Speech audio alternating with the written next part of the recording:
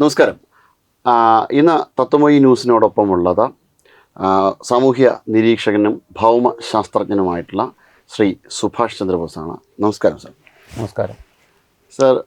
ബംഗാളിൽ ഒരു വൻമരം കൂടി കടപുഴകി വീണിരിക്കുകയാണ് മമതാ ബാനർജി. കഴിഞ്ഞ 15 വർഷക്കാലത്തെ ഭരണം, അതിനു മുന്നേ CPM-ൻ്റെ ഒരു ദീർഘകാലത്തെ ഇടതുപക്ഷത്തിൻ്റെ ഒരു ഭരണം ഉണ്ടായിരുന്നു. ആ ഭരണം തകർന്നു പോയതിന് ശേഷം മമതാ ബാനർജി കഴിഞ്ഞ 15 വർഷക്കാലം ബംഗാൾ ഭരിച്ചു. ആ ഭരണം ഒരുപക്ഷെ ബംഗാളിനെ ഒരു സമഗ്രാധിപത്യത്തിന് കീഴിലാക്കുകയും ഒരു ഏകാധിപത്യത്തിന് കീഴിലാക്കുകയും നുഴഞ്ഞു കയറുന്ന ആൾക്കാരെ കൊണ്ട് പലതരത്തിലുള്ള ഹിന്ദു വേട്ടകൾ ചെയ്യുകയും അവർക്ക് പോലും കാര്യമായ പുരോഗതി ഉണ്ടാകാത്ത രീതിയിൽ അവരെ പല പ്രശ്നങ്ങൾക്കുള്ളിൽ തളച്ചിടും, മുസ്ലിങ്ങളെപ്പോലും പല പ്രശ്നങ്ങൾക്കുള്ളിൽ തളച്ചിടുകയും ചെയ്തിട്ടുള്ള ഒരു ഭരണം അവസാനിച്ചിരിക്കുകയാണ്. ഒരുപക്ഷെ ബംഗാളിലെ ജനത ഒരു സ്വാതന്ത്ര്യം ആഘോഷിക്കുന്ന ഒരു ഘട്ടം എന്ന് തന്നെ പറയാവുന്ന രീതിയിൽ ആ ഭരണം മാറിയിരിക്കുന്നു. എന്തൊക്കെ ആയിരിക്കാം സാർ, ഇതല്ലാതെ എന്തൊക്കെ ആയിരിക്കാം അതിന് പിന്നിലെ ഒരു കാരണം മമത ഈ രീതിയിൽ പരാജയപ്പെടാൻ?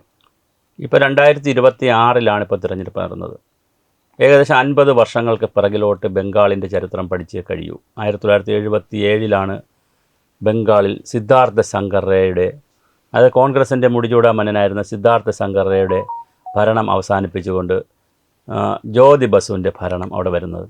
ശരിക്കും ജ്യോതി ബസുവിൻ്റെ ഭരണം വരുന്നതിനുള്ള കാരണം കമ്മ്യൂണിസ്റ്റ് പാർട്ടിക്കുണ്ടായ ഒരു മേന്മയോ അങ്ങനെയൊന്നുമല്ല, പാർട്ടി ഭയങ്കര ഘടക അതൊന്നും ആയിരുന്നില്ല. പക്ഷേ ബംഗാളിൻ്റെ ക്ഷാമം, അവരുടെ ദാരിദ്ര്യം, പട്ടിണി, അവിടെ ഉണ്ടായ വെള്ളപ്പൊക്കം, വരൾച്ച, ഇങ്ങനെ ബംഗാളിനെ 70കളിൽ സ്വാധീനിച്ച ഒരുപാട് പ്രകൃതി ദുരന്തങ്ങളും പ്രശ്നങ്ങളുമൊക്കെയായി ആകെ ഭ്രാന്ത് പിടിച്ച് നിന്നൊരു ജനതയുടെ മുന്നിലാണ് ജ്യോതി ബാസു ഒരു രക്ഷകനെ പോലെ വരുന്നത്. അപ്പോൾ സ്വാഭാവികമായിട്ട് ജനങ്ങൾ വിചാരിച്ചു അദ്ദേഹം വിദേശത്തൊക്കെ പോയി പഠിച്ച് വലിയ രാജകുടുംബം പോലുള്ളൊരു ഉന്നത കുലത്തിലൊക്കെ ജനിച്ച ജ്യോതി ബസു വന്ന് സോഷ്യലിസമൊക്കെ പറയുന്ന കേട്ടപ്പോൾ ആളുകൾക്കൊരു ആവേശം തോന്നി സാധാരണക്കാർക്ക്. അങ്ങനെ അവർ ഒന്നടങ്കം CPM-നെ കണ്ണുമടച്ച് വിശ്വസിച്ചു. അങ്ങനെ 33 വർഷക്കാലം ജ്യോതി ബസു മരിക്കുന്നവരെ ജ്യോതി ബസുവും പിന്നെ ബുദ്ധദേവ് ഭട്ടാചാര്യ വലിയ തോതിലാണ് അവർ ബംഗാളിനെ, കേരളം വിട്ടാൽ നേരെ ബംഗാളാണ് നമുക്ക് പറയാനുള്ള, കമ്മ്യൂണിസ്റ്റ് പാർട്ടിക്കാർ പറയുന്നത് നോക്കൂ, ബംഗാളിനെ നോക്കൂ തുടർച്ചയായി. അതുപോലെ ബംഗാളിൻ്റെ ഒരു സ്വാധീനത്താൽ ത്രിപുരയും കിട്ടിക്കൊണ്ടേയിരുന്നു. എന്നാൽ ഇത് ഒരു ഘട്ടം സിന്ധൂറിലേക്ക് ഘട്ടം വന്നപ്പോൾ അവർ വളരെ പെട്ടെന്ന്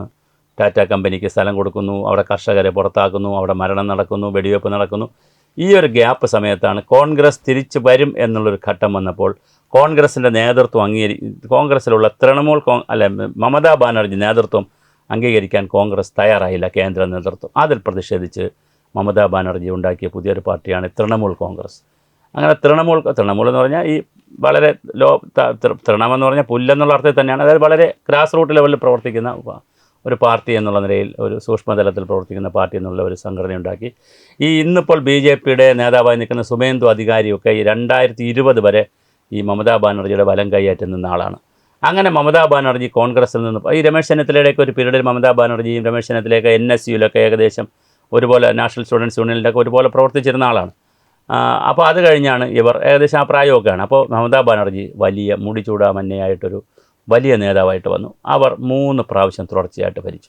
പക്ഷേ അവർ പറ്റിപ്പോയെന്ന് ഓരോ പ്രാവശ്യവും ഭരണത്തിൽ വരുമ്പോൾ വളരെ കൃത്യമായി അവർ മുസ്ലിം മതന്യൂനപക്ഷങ്ങളെ ഒരു വശത്ത് വേട്ടയാടും, മറുവശത്ത് അവരെ പ്രീണിപ്പിക്കും. ബംഗ്ലാദേശികളെ കൃത്യമായിട്ട് കടന്നു കയറാൻ സമ്മതിക്കും.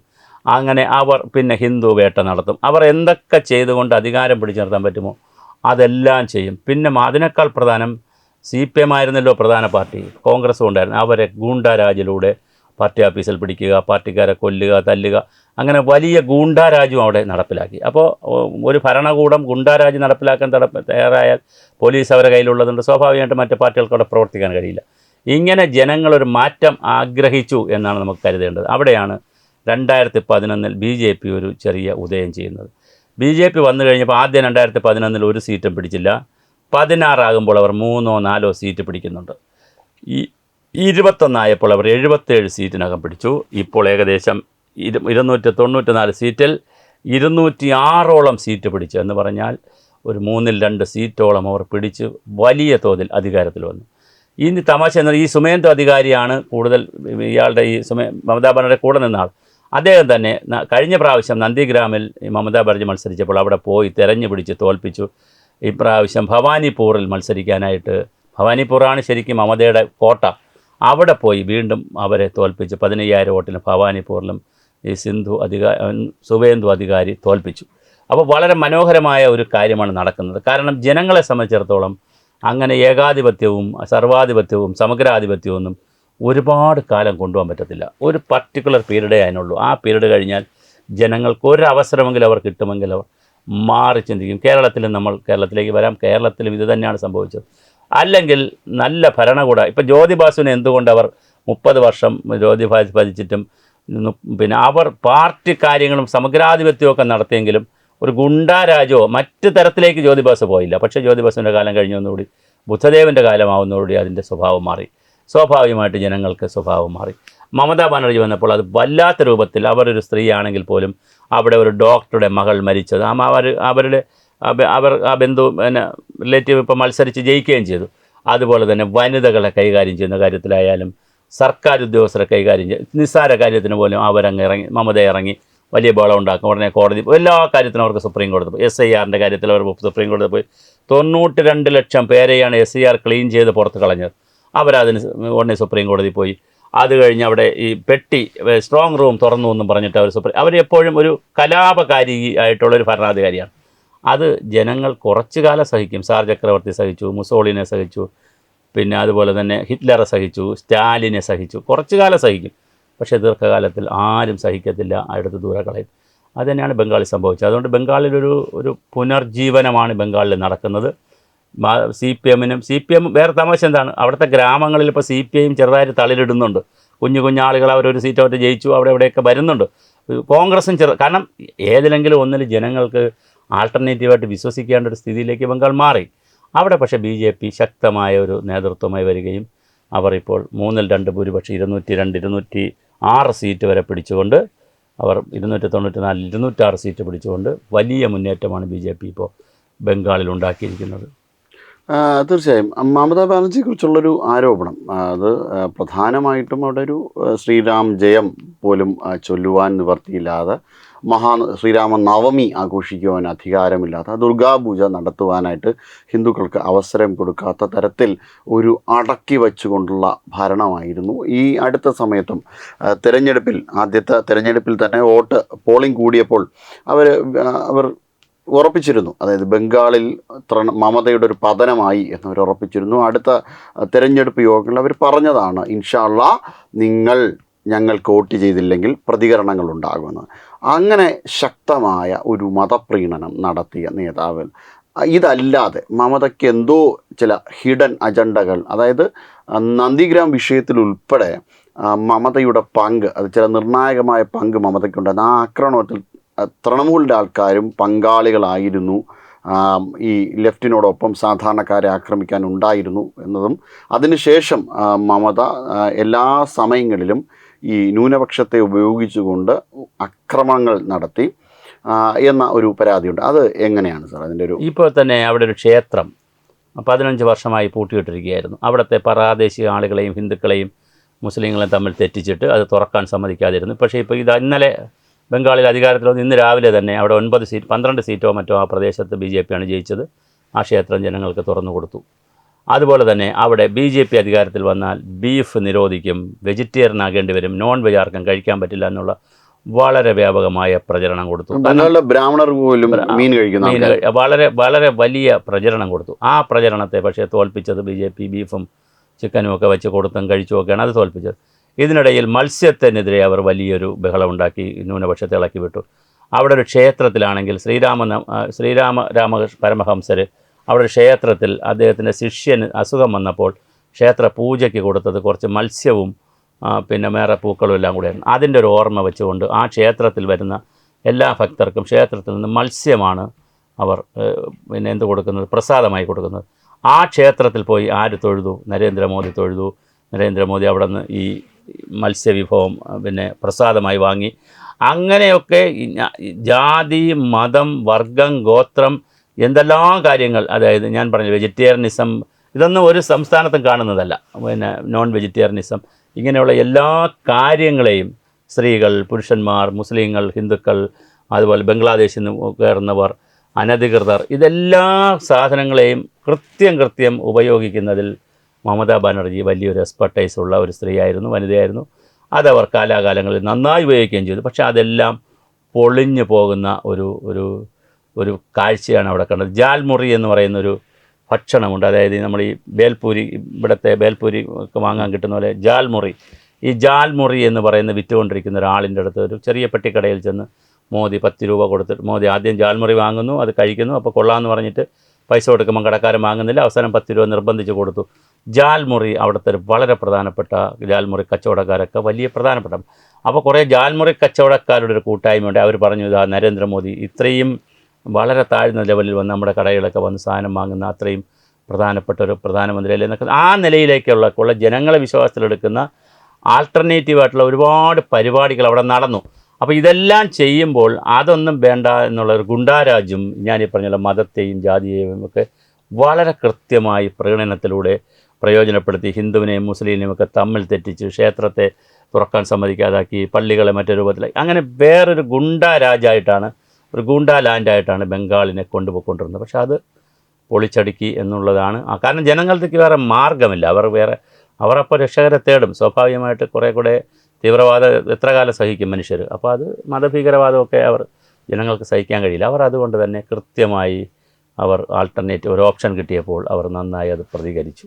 ഈ മതഭീകരവാദം, മമതയുടെ ഈ മതഭീകരവാദ നിലപാടുകൾ സത്യത്തിൽ മമതയെ കൊണ്ട് തന്നെ BJP തുറന്നു പറയിക്കാനൊരു ശ്രമമായിരുന്നില്ലേ? അതായത് സ്റ്റേജിൽ വെച്ചൊക്കെ അവർ ഇൻഷാ അള്ളാ പറയിപ്പിച്ചതിന് അത് ഇൻഷാ അള്ളാ എന്ന് മാത്രമല്ല, അവർ വളരെ കൃത്യമായി അവർ മതത്തെയും ജാതിയെയും തരാതരം പോലെ ഉപയോഗിക്കുന്നൊരു സ്ത്രീയായിരുന്നു. പക്ഷേ അതിന് അതേ അർത്ഥത്തിൽ തന്നെ ജനങ്ങൾ തിരിച്ചടി കൊടുത്തു. ജനങ്ങൾ അത് കാരണം ഇപ്പം നോക്കൂ, മുസ്ലിം ബെൽറ്റുകളിലും BJPക്ക് വോട്ട് കിട്ടിയിട്ടുണ്ട്. 34% മുസ്ലിങ്ങളുള്ള മണ്ഡലങ്ങളിലും BJPക്ക് വോട്ട് കിട്ടിയിട്ടുണ്ട്. അപ്പോൾ ജനങ്ങളെ ഞാൻ പറഞ്ഞല്ലോ, എല്ലാ കാലവും നമുക്ക് എല്ലാവരെയും പറ്റിച്ചുകൊണ്ട് പോകാൻ പറ്റത്തില്ല. കുറച്ച് കാലം കുറച്ച് പേരെ പറ്റിക്കാം, എല്ലാ കാലവും കുറച്ച് പേരെ പറ്റിക്കാം, വളരെ കുറച്ച് പേരെ എല്ലാ കാലവും പറ്റിക്കാം. പക്ഷേ എല്ലാവരെയും എല്ലാ കാലവും നന്നായി പറ്റിച്ചുകൊണ്ട് ഒരു സമൂഹത്തിന് ഒരു ഭരണാധികാരിക്ക് മുന്നോട്ട് പോകാൻ കഴിയില്ല. അത് മുസ്ലിങ്ങളെ അവർ തിരിച്ചറിഞ്ഞു. ഇത് തട്ടിപ്പാണ്, ഇവരുടെ പരിപാടിയാണ്, നമ്മളെ വെച്ചുകൊണ്ടുള്ള ആയുധം കളിയാണിത്. അവർ ഹിന്ദുക്കളും തിരിച്ചറിഞ്ഞു, രണ്ട് കൂട്ടരും തിരിച്ചറിഞ്ഞു. സ്വാഭാവികമായിട്ട് അവരുടെ അടുത്ത ആൾട്ടർനേറ്റീവ് എന്ന് പറയുന്നത് BJP ആണ്. അവർ സ്വാഭാവികമായിട്ട് BJP. പിന്നെ എന്തായിരിക്കും ഇനി മമതയുടെ ഒരു ഭാവി? മമതയുടെ വലിയ അഴിമതികൾ മമതയുടെ പേരിലുണ്ട്. ഇപ്പൊ ഐപാക്ക് ഉൾപ്പെടെയുള്ള ഈ കള്ളപ്പണ അഴിമതികളുണ്ട്. അവർ ജയിലിൽ പോയാലും അത്ഭുതമില്ല. ഒന്നാമത്തെ കാര്യം, അവർ എൻഫോഴ്സ്മെൻറ്റ് കുംഭകോണങ്ങൾ ഒരുപാട് നടത്തിയ എൻഫോഴ്സ്മെൻറ്റിൻ്റെ കീഴിലാണ്, റഡാറിലാണ്. അപ്പോൾ ജയിലിൽ പോയാൽ അത്ഭുതമില്ല. പക്ഷെ വളരെ വലിയ കലാപം ഉണ്ടാക്കാനുള്ളൊരു മാൻ പവർ ഇല്ല. കാരണം എന്ന് പറഞ്ഞാൽ 206-80 ആയപ്പോൾ അതൊരു അല്ല 200 അല്ലെ 150 140 ആയിരുന്നെങ്കിൽ കുറച്ചുകൂടി തരാതരം അടിച്ചെന്നെ അവർ. പക്ഷേ ഇത് 200 സീറ്റ്, 206 സീറ്റും പിന്നെ ഒരു 80 സീറ്റും എന്ന് പറഞ്ഞാൽ പിന്നെ അത് എത്ര അടിക്കാനുണ്ട്? അപ്പോൾ അങ്ങനെ ഒരു ദുർബലമായ മമതയാണ് കാണുന്നത്. അതുകൊണ്ട് സംഘർഷം, അല്ലെങ്കിൽ ഇതിനിടയ്ക്ക് ആയിരക്കണക്കിന് ആളുകൾ അവിടെ മരിച്ചേനെ. ഞാനൊക്കെ ഒരു ആശങ്കപ്പെട്ടത് ഈ മമത തോറ്റുപോയാൽ ആയിരങ്ങളെ അവർ കൊല്ലും. കാരണം അത്രയ്ക്ക് വളരെ കലാപം ഉണ്ടാക്കാൻ കപ്പാസിറ്റി ഉള്ളൊരു സ്ത്രീയാണ്. പക്ഷേ എന്തോ അങ്ങനെ നടന്നില്ല. ഭാഗ്യത്തിന് റിസൾട്ട് വന്നു. അങ്ങനെ വലിയ കലാപമൊന്നും ഉണ്ടായില്ല. കേന്ദ്രസേന ഉണ്ടായിരുന്നു, പോലീസ് സേനയും സംസ്ഥാന സേനയും പോലീസ് സേനയൊക്കെ ഉണ്ടായിരുന്നു. ഭരണം മാറിയതുകൊണ്ട് പോലീസ് സേനയും മാറി ചിന്തിക്കുമല്ലോ. അപ്പോൾ പക്ഷേ എങ്കിലും അവർ കലാപം ഉണ്ടാക്കുമെന്ന് വിചാരിച്ചു. പക്ഷേ അത്ര വലിയ കലാപം വന്നില്ല. ഇനി മമതയുടെ കാര്യത്തിൽ വളരെ വലിയ പ്രശ്നമായിരിക്കും അവരുടെ രാഷ്ട്രീയ ഭാവി.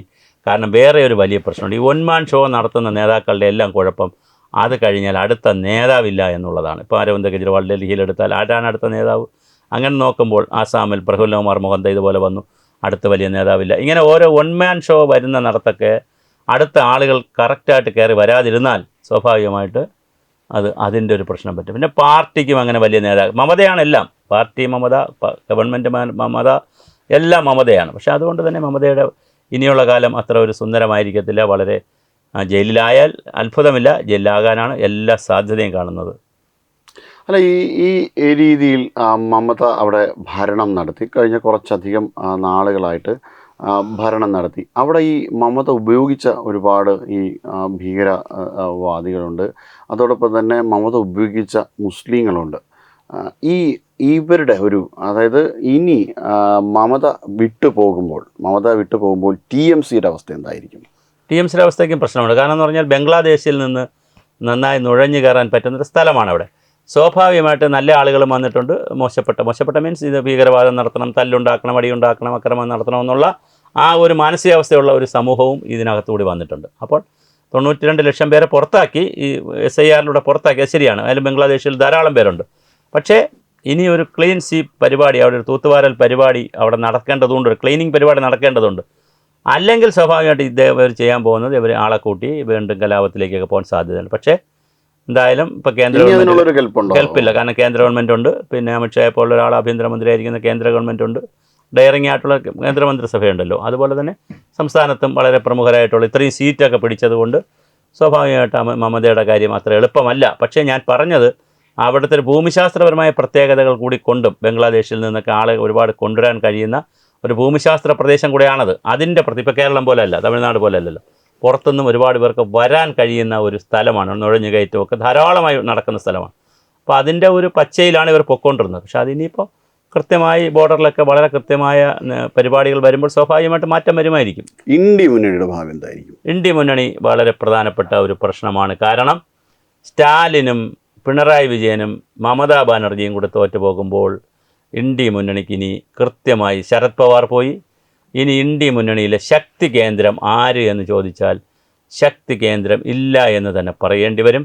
പക്ഷേ ഇന്ത്യ മുന്നണി എന്നുള്ള നിലയിൽ അവർ ചിലപ്പോൾ ഈ പറഞ്ഞ വോട്ടെടുപ്പ്, ഇപ്പോൾ വനിതാ ബില്ലിനെതിരെ വോട്ട് ചെയ്ത പോലെ പല ബില്ലുകൾക്കെതിരെ മറ്റേ അവർ വോട്ടൊക്കെ ചെയ്യുമായിരിക്കും. പക്ഷേ ഒരു ഭരണത്തിലേക്ക് വരാനുള്ളൊരു ഇന്ത്യ മുന്നണിയുടെ സാധ്യത വളരെ കുറവാണ്. കാരണം ഇനിയിപ്പോൾ ബംഗാളിൽ നിന്ന് എന്തായാലും എം പിമാർ വരാൻ സാധ്യതയില്ല. കേരളത്തിൻ്റെ സ്ഥിതി മറ്റൊരു തരത്തിലായി. അതുപോലെ തന്നെ തമിഴ്നാട് സ്റ്റാലിൻ പോയി ഇപ്പം TVK കയറി വന്നു. ആ TVKയുടെ ആളുകളായിരിക്കും ഇനി MP ആയിട്ടൊക്കെ വരുന്ന, രാജ്യസഭയിലേക്കൊക്കെ വരുന്ന TVKയുടെ ആളുകളായിരിക്കും.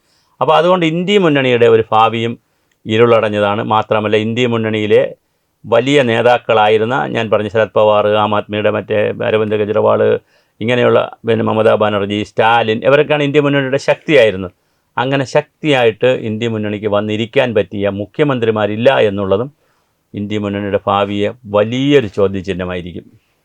ഇത്തരത്തിൽ ഈ ഇന്ത്യ മുന്നണി തകർന്നു കഴിയുമ്പോൾ, അതായത് ഇപ്പം കോൺഗ്രസ് മാത്രമാണ് ഒരു പ്രധാനപ്പെട്ട കക്ഷിയായിട്ട് അതിനകത്തുള്ളത്. ഇപ്പം സാർ സൂചിപ്പിച്ച പോലെ സ്റ്റാലിൻ പോയി, മമത പോയി, കേജ്രിവാൾ പോയി.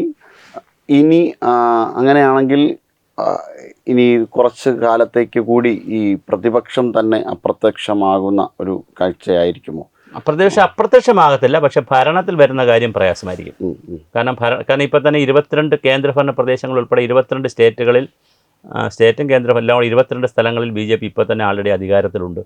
അവിടെയൊന്നും വലിയ നെഗറ്റീവ് ഇൻകംബൻസ് വലുതായിട്ടില്ല. ഇപ്പം ആസാമിൽ 3ാം തവണയും ഹേമന്ത് ബിശ്വ ശർമ്മ അവിടെ വന്നു, അതുപോലെ തന്നെ പുതുച്ചേരിയിൽ വന്നു. ഇനിയിപ്പം ബംഗാളിൽ എന്താ സംഭവിക്കുന്നറിയില്ല. അപ്പോൾ നമ്മുടെ സംസ്ഥാനത്തെ പഞ്ചായത്തുകളോ മുനിസിപ്പാലിറ്റി കിട്ടുമ്പോൾ അല്ല, തുടർച്ചയായി BJP അധികാരത്തിൽ വരുന്നു. അതുകൊണ്ട് തന്നെ തീർച്ചയായിട്ടും ഒരു അല്ലെങ്കിൽ ആൻറ്റി ഇൻകംബൻസ് രാഷ്ട്ര തലത്തിൽ അഴിമതി അങ്ങനെ കലാപം അത്തരം കാര്യങ്ങളൊക്കെ ദേശീയ തലത്തിൽ നടക്കണം. അതിനുള്ള സാധ്യത വളരെ കുറവാണ്. അപ്പോൾ അതുകൊണ്ട് തന്നെ തീർച്ചയായിട്ടും ഇന്ത്യ മുന്നണിക്ക് ഒരു ഭരണത്തിലേക്ക് വരാനുള്ള സാധ്യത വളരെ വളരെ കുറവാണ്. ഇന്ത്യയിൽ ഈ അടുത്ത കാലത്തെങ്ങും അതിന് സാധ്യതയില്ല. അതിന് പുതിയ നേതാക്കളും പുതിയ പരിപാടികളും പുതിയ സംവിധാനം, പിന്നെ ഇപ്പം 3 പ്രാവശ്യം ആയല്ലോ നരേന്ദ്രമോദി, ഇനി വീണ്ടും വരുന്നു. ചിലപ്പോൾ നരേന്ദ്രമോദി മാറാം, അടുത്ത 4ാം പ്രാവശ്യം മാറാം, പുതിയ ഗവൺമെൻറ് വരാം, അല്ലെങ്കിൽ ഇദ്ദേഹം തന്നെ തുടരാം. അങ്ങനെ ഒരു തുടർച്ചയുണ്ടല്ലോ. ഒരു ഭരണ തുടർച്ചയിൽ ആളുകൾക്ക് വീണ്ടും ഒരു ആൻറ്റി ഇൻകംബൻസ് അല്ലെങ്കിൽ ഒരു മടുപ്പ് തോന്നി, ഇത്രയും കാലം അവർ തോന്നിയില്ലേ, 4 പ്രാവശ്യം ആയില്ലേ, 5 പ്രാവശ്യം ആയില്ലേ, നമുക്കൊന്ന് മാറ്റി പിടിക്കാം എന്ന് ജനങ്ങൾ വിചാരിച്ചാൽ ചിലപ്പോൾ മാറിപ്പിടിക്കും. ജനാധിപത്യമാണ്, നമുക്ക് പറയാൻ പറ്റത്തില്ല. പക്ഷേ അതിനൊരു റീസൺ ഉണ്ടായി വരുന്നില്ല എന്നുള്ളതാണ് കാര്യം. ഇപ്പോൾ കേരളത്തിലാണെങ്കിൽ ഈ 2ാം ഭരണം, നമ്മൾ ചെറിയൊരു ഉദാഹരണം പറഞ്ഞത്, ഞാൻ കേരളത്തെക്കുറിച്ച് പറയല്ല, ശരിക്കും പിണറായി വിജയൻ്റെ 2ാം ഭരണത്തിലെ അഭ്യാസങ്ങൾ കൊണ്ടാണ് പിണറായി വിജയൻ വരരുതെന്ന് ആളുകൾ ആഗ്രഹിച്ചത്. അല്ല പിണറായി വിജയൻ VS അച്യുതാനന്ദനെ പോലെയോ അല്ലെങ്കിൽ നയനാരെ പോലെയോ കുറച്ചുകൂടെ മിതത്വമുള്ളൊരു ഭരണാധികാരി ആയിരുന്നെങ്കിൽ, അല്ലെങ്കിൽ കുറേ കൂടി ഈ പാർട്ടിക്ക് അതീതമായി ജനങ്ങളെ ഒന്നാകെ കൊണ്ടുപോകുന്ന ഒരു ഭരണാധികാരി ആയിരുന്നെങ്കിൽ സ്വാഭാവികമായിട്ട് 3ാം ഭരണം കൃത്യമായി വരുമായിരുന്നു. പിണറായിക്കെതിരെ ഇത്ര ബഹളം ഉണ്ടാവത്തില്ലായിരുന്നു. പക്ഷേ ഇത് ഈ വ്യക്തിപരം അതാണ് ഞാൻ പറഞ്ഞത്. അപ്പം ഇതെങ്ങനെ കൊണ്ടുപോകുന്നു എന്നുള്ളതനുസരിച്ച് ഇപ്പം മമത തന്നെ വളരെ മോശമായി കൊണ്ടുപോയതുകൊണ്ടാണ് ജനങ്ങൾ വേറെ ഒരു ആൾട്ടർനേറ്റീവിനെ കുറിച്ച് ചിന്തിക്കുന്നത്. അല്ലെങ്കിൽ സ്വാഭാവികമായിട്ട്, കാരണം അധികാരത്തിന് അങ്ങനെ ഒരു പ്രശ്നവുമുണ്ട്. ഒരു തുടർച്ചയായി വരുമ്പം ഒരു ചെറിയ പ്രശ്നമുണ്ട് അധികാരത്തിന്.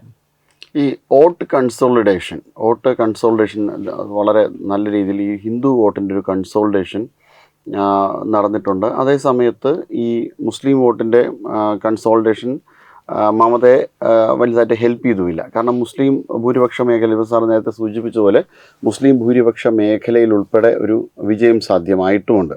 അപ്പോൾ അപ്പോൾ അതിൻ്റെ പിന്നിൽ ഈ നമ്മൾ മുസ്ലിങ്ങളെ മറ്റൊരു രീതിയിൽ മമത ഉപയോഗിച്ചത് തന്നെയാണോ? അതെ, മുസ്ലിങ്ങളെ അവർ വിചാരിച്ച പോലെ ഉപയോഗിക്കാൻ പറ്റിയില്ല എന്നുള്ളതാണ് എൻ്റെ വാദം. 4 പോയി മുസ്ലിങ്ങൾ. കുറച്ച് പേര് CPM നോട്ട് ചെയ്തവരുണ്ട്, കോൺഗ്രസ് നോട്ട് ചെയ്തവരുണ്ട്, BJPക്ക് നല്ലൊരു ശതമാനം BJPക്ക് വോട്ട് ചെയ്തവരുണ്ട്, കുറച്ച് പേർ തൃണമൂൽ നോട്ട് ചെയ്തവരുണ്ട്. 2-3 സ്ഥാനമായിട്ടൊക്കെ പിരിഞ്ഞു മുസ്ലിം. ഒരു കൺസോൾട്ടേഷൻ മുസ്ലിമിൻ്റെ നടന്നില്ല. പക്ഷേ കഴിഞ്ഞ കാലങ്ങളിലൊക്കെ അവർ കുറേ കൺസോൾട്ടേറ്റ് ചെയ്ത് നിർത്താൻ, അതാ ഞാൻ പറഞ്ഞു, എല്ലാ കാലവും അത് പറ്റൂലല്ലോ. കുറച്ച് കാലം ആളുകളെ ഭീതിപ്പെടുത്തി മോദി അങ്ങനെ, നരേന്ദ്രമോദി അല്ലെങ്കിൽ BJP അങ്ങനെയാണ്, ഹിന്ദു പാർട്ടിയാണ്, ആനയാണ് ചാനയാണ്, കുറച്ച് കാലം നിർത്താൻ പറ്റും.